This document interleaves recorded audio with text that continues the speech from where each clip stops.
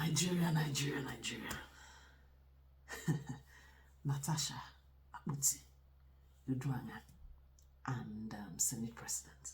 What exactly is going on? Who is Natasha?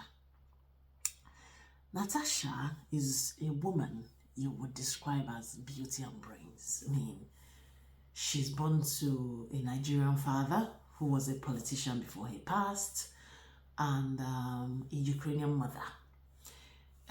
She's a barrister and solicitor of the Federal Republic of Nigeria, has got her master's degree from a UK university. So she's not somebody that, that just got into that position just because she's qualified to be there. And now there's been allegations being thrown around, and I just thought I need to understand what's going on. I have a little bit of knowledge of, Natasha and the good things she's done. And I remember in 2018, she raised, there was this report that she, it was an investigative report that she brought to National Assembly sometime in March 2018. And it was about this, the corrupt practices that was happening in Ajokota Steel company at the time. So it was a huge deal because she really exposed a lot. And in Nigeria, when this sort of expose is done, the big shots that are involved are not really happy. So of course, natural flow of things, the Ministry of Mines and Steel debunked it and said nothing of such was going on. And then again, there was another group that did a publication in, what newspaper was that? That was Authority newspaper at the time. They did a publication and said Akpoti was running a sponsored campaign, that she was doing it to be able to benefit some people in the corporate sector and all that. So they did say a lot of, negative stuff about her, which in, knowing the kind of person she is, she took it to court. She sued them for defamation of character, and she won the case. The court ordered that the newspaper and the editors, I think, or the publishers of the newspaper, should pay her 10 million in damages.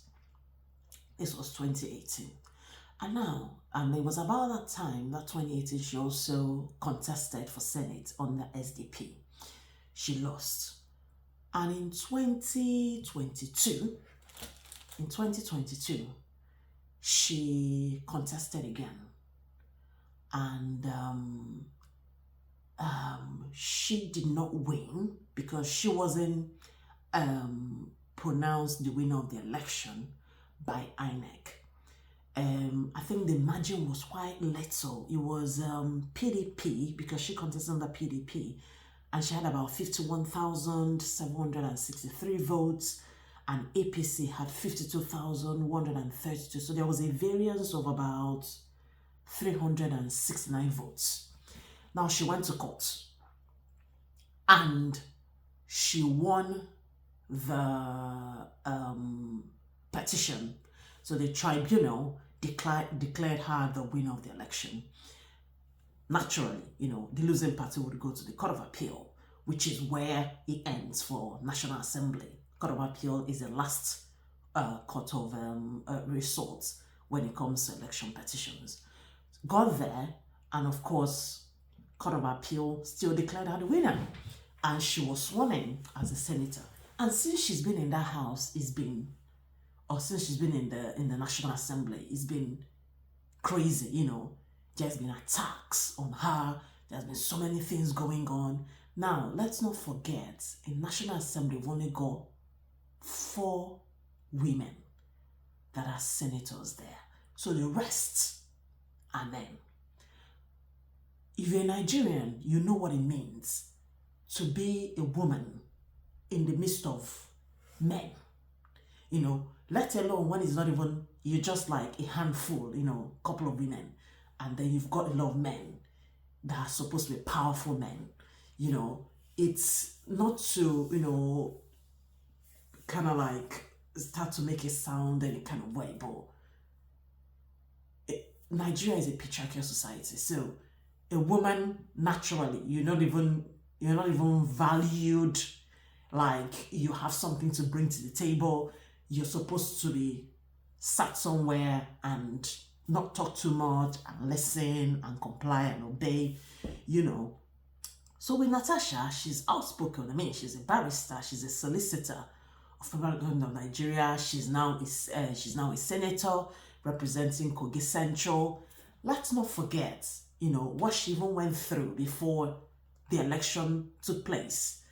Before the few days or a day to the election, the governor of the state at the time suddenly, you know, started breaking the road that leads to her country or her senatorial district, thereby making it impossible for the INEC officials to even deliver the materials to the place for the election. So already, before even the election, they're already making it difficult for her to even get in, for her to even stand a chance, for people to even vote for her. But as God would have it, or as faith will have it, you know, she went through all that stress, did not get INEC to declare her the winner, got the court to declare her the winner. Based upon facts, she was able to prove the fact that, you know, she won the election and all of that, and she got in. Now, recently, she was telling us a story of what's been going on between herself and the Senate president. She narrated on Arise TV that on the sometime in 2023 December, she went to Akpabio. That was a day before her birthday, and she said she went to the Senate president, or this, you know, herself and Senate president are birthday mates, funnily enough, and she went to her husband and the Senate president. They all went to Akpabio and went to his house in Akpoti, right? The Senate president was showing her around. I mean, you can imagine the Senate president was once the governor, two-time governor of the state, and then became the senator, and now he's the Senate president. So you can imagine the amount of wealth he would have amassed, you know, having held all these different positions.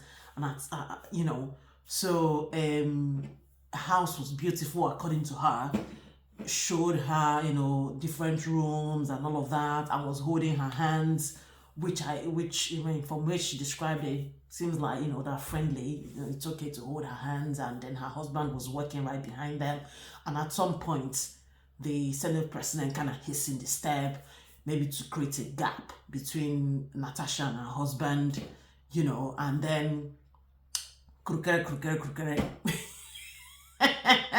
they got into one of the living rooms, according to Natasha, and the Senate president then went, "Do you like my house?" And he's like, "Oh yeah, you've got a beautiful house, everything, peng, peng, peng, you know, I like this, I like that, da da da da da." And the Senate president went, "You know, now that you're now a senator, we could, you know, sometimes we can come here and, you know, look after each other and all of that." So she felt like, what the hell, you know? And my thinking was, how can he even make such a remark, knowing that Natasha's husband is right there? Such disrespect and disregard for the lady's husband. And as soon as she said, you know, he said it, and then the husband was already close by, and he noticed that, and then he changed the topic and went, "Oh, let me show you my chapel." So he has a chapel in his house. Yeah, they pray. They pray and do all sorts as well. So she said she didn't tell her husband what had transpired, which again I thought to myself, haba, I've seen pictures, I've seen her speak highly of her husband, So from what we've seen on social media, I want to believe her husband is very supportive of her, loving husband, everything a woman would wish for in a man, to be able to hold your hands and, guide you through and cheer you on and, support you to that position and all that. So I feel he's somebody you should, tell everything. But she said, the husband went, what did the Senate president say? She said, nothing. Or, according to her, she had to mask some kind of story and, just say it was nothing. And they got home after all that tour in the house. They got to a hotel because they slept in Uyo or whatever in Akpabio. They got to the hotel and the husband, before they went to bed again, husband held her. She even described how she laid on her right, and the husband, cuddled her and went, what did the Senate president say? She still said she didn't tell him. Because according to her, her husband holds the Senate president in high regard, would do anything for him and all that. I said, no. What exactly is happening? Is she protecting the man from something? I said, okay, let's just continue listening because there has to be something. You can't just, how can you, somebody is telling you or making passes at you with your husband right there and you feel you want to protect, okay, well, I don't know. Let's just be listening. Anyway. So, let's not forget this interview was at Arise TV, right? And she's now saying that since then, so they've gone back to the house, to the National Assembly, and she's got motions that she wants to move. She's got this motion that she's been wanting to move about the same Ajakuta still. And every time the motion is raised, it's never entertained in the house. And, she would plead and they will step it down, step it down, step it down. She said the motion has to step down like 6 times. Everybody's telling her, go and beg the Senate president. And I'm like, she went to his chambers and begged him and said, Senate President, you know how important this my motion is to me and my people. Please, let me take this motion. And the Senate President said, I am the presiding officer, the Alpha and Omega, and finisher of your faith. If you want to move your motion, you know what to do. Make me happy. Again, she did not tell her husband what the Senate president has said. Again, she only told her husband to please go and beg the Senate president for me. Because,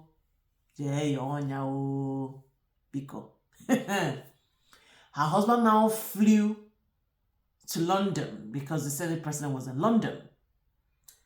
Flew to London and went to go and beg him, please allow my wife to move this motion. I beg. Imagine somebody wants to lay with your wife and you're now sending that same husband of yours to go and beg somebody that wants to just make it make sense. Okay. He will now beg him and then he'll now say what? And say, okay, allow me to sleep with your wife. I don't understand. I don't get it. Anywho, Senate president now said, oh, I'm only protecting her. Protecting her from what? Amarum. I don't know.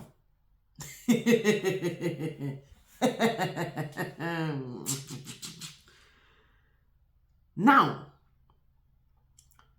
long and short, the motion was finally taken, but not by the Senate president. By the deputy Senate president, because according to her, the Senate president left the chambers or whatever. It was now the deputy Senate president that had to take the rest of the business of the day. And he took it. Now, let's go back. I hope you're following. Let's go back to that question I was asking myself. Why are you not telling your husband what is going on? Your guess is probably as good as mine. Because the husband is also benefiting from whatever, there are proceeds of a relationship when you're friends with a politician and the third citizen of Nigeria. Why am I saying this? Natasha now said to us that if you remember, sometime last year, when this whole don't speak like in a nightclub is going on, or was going on at the time, she said that apology was just, let it just be that there was an apology, because it wasn't sincere, it wasn't genuine. Because before the Senate president even apologized, the Senate president had called her at night, not directly, through the, whip of the house or something, or the deputy, I don't know, I don't recall, but through somebody else's phone. Because believe it or not, these people are very smart. They can be caught, when you're doing all this trial and stuff. They guys go through somebody else. Now, according to her, this call happened few minutes after midnight. That was the day before the Senate president apologized in the chambers. Called her, so her phone rang, and it wasn't the Senate president, it was the deputy or chief whip, I'm not sure, I don't remember, who she said that called her. And then she picked up, she heard the guy's voice, and she said, hello, I said, how are you, Natasha? And you see everything that is going on. If the Senate president goes down, you're gonna go down. And she's like, are you threatening me? I don't understand. Why are you threatening? And then she said, she immediately woke her husband. So to show you how, she's with her husband, they sleep in the same room, everything, on the same bed. So it's not a case of a weird kind of marriage that in it, full on. She said she tapped her husband to wake up, she put it on the speaker. So you can imagine the kind of drama that is going on every day, back to back.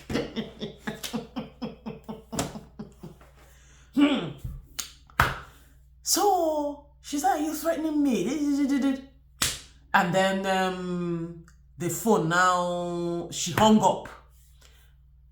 The call came in again, she picked. Now her husband is wide awake. And then the Senate president now, took the call over and went, Natasha, you see the reason that since you made this statement and have put all this post on social media, my wife has not slept, it's all your fault, she's been crying, again, not taking responsibility, blaming the poor woman, because why? She's a woman. That my wife has not slept, and that some chief in Abo called him and said to him that was because there was a protest that was about to happen the next day, and said to him that he's the most hated politician in Nigeria, and that with this protest that is about to happen, it's not safe for him to be in Abuja. He needs to leave Abuja. Because if he's caught, these youth, they might, do something dangerous to him and all of that. So how dare the chief of Abo, whatever, speak to him and tell him that is a third citizen in Nigeria, tell him to leave the country. Bah.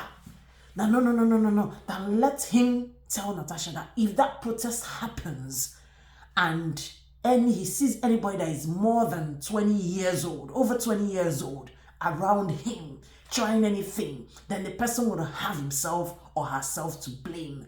The person, so she took it as some kind of threat. And then she went, are you threatening me? You can't be threatening me. So immediately, her husband, I think she said her husband spoke or something. And then Senator went, is your husband there?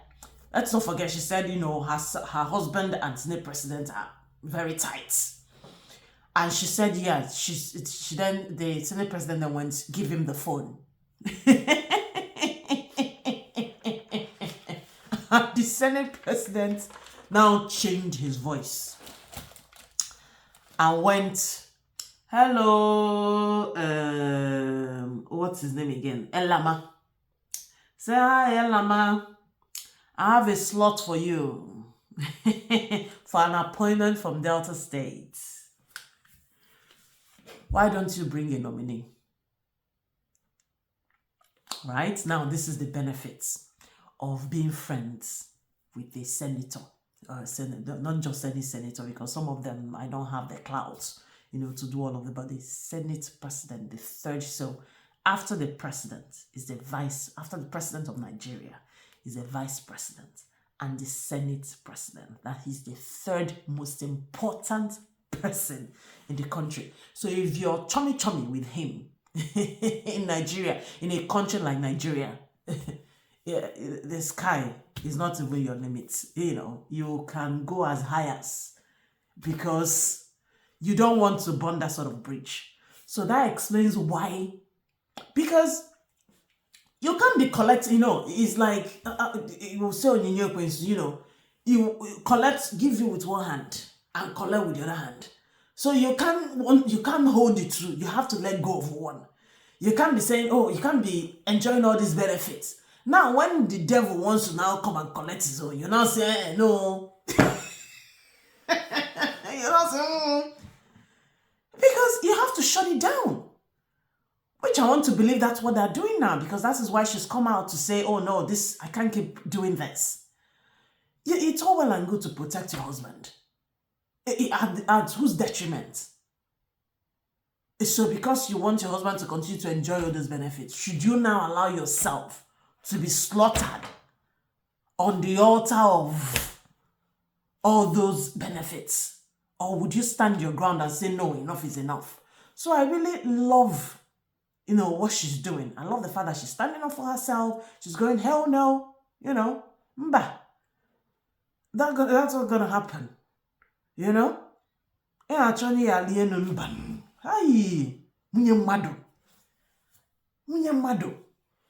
So it's really, it's a terrible situation. In fact, there are so many other layers to it. So many layers, Leia Munye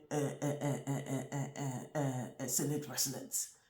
Leia Mwani ndi buplaka na koyili.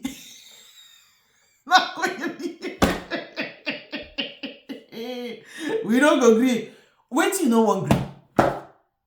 Let's leave it. I'll do another video to explain that one. So taking it step by step, because this is all shades of crazy. Natasha is so accountable. Let me even go back. Oh, that woman, I love her. She's so accountable because when she was being asked questions about when she was the chairman of the local content committee, there's been allegations that she misappropriated the funds and all this to malign her. But she's so straightforward. She's so accountable. Now we say Nigerian politicians say, Nigerian, they believe Nigerian politician. So I wouldn't vouch for her, but I could say from all the evidence she's put out, she's a proper, straightforward person that wants to serve. Again, in Nigeria, if you want to serve, and you don't want to play ball, they will what? They will kick you out because we are not even ready. You have to come in and play ball. They will tell you this is the way something is being done. You have to. If you don't do it, just pack your things and be going. Pack your bag and just start going back to your hometown and go and do something else. You don't belong in that political sphere. Because for you to be in that political sphere, you got to play ball. So what happened? Quick gist on that one. So she was asked, okay, what's going on? There's been allegations that you've misappropriated the funds and da. She brought her evidence. Fear. Told us the account number for that local content committee. The details on the account and everything. What happened? When she became the chairman of that committee, they've removed her. Because one thing again with Senate, if you're playing ball, they'll put in all the juicy committees. So that, allegedly, so that it can be balling. If you want to do strong head, they'll go and put you by the door. Like they've done to Natasha. You go and sit close to the door where the cleaners are sitting. Nobody will be answering you there. Before you say, they've hit gavel. Oh yeah, go home. You can't say anything. Even the camera will not even catch you there because we'll not even see you on TV. We'll not see what we're doing. When you go back to your people, they'll say, what are you doing in the National Assembly? We don't know you. We've never seen you on TV. Are you sure you even attend? So, back to the gist. She now said when she became the chairman, she showed us the statement of account. Zero naira was in that account. Now, she said, every month, some sort of money gets put into the committee account. They call it Impress. Now, it's for it's more like expenses. If there is a meeting, now Nigeria is such a wasteful country. Meeting that you people will sit down and discuss important things. They will do, there will be drinks, there will be sitting allowance. The thing that you employed or you've been voted in to do, they will still give you allowance for sitting there and doing the meeting. So according to her, that's what the money is for. So every month about 900 and something-ish thousand goes into the account. So the first month, that money went into the account. And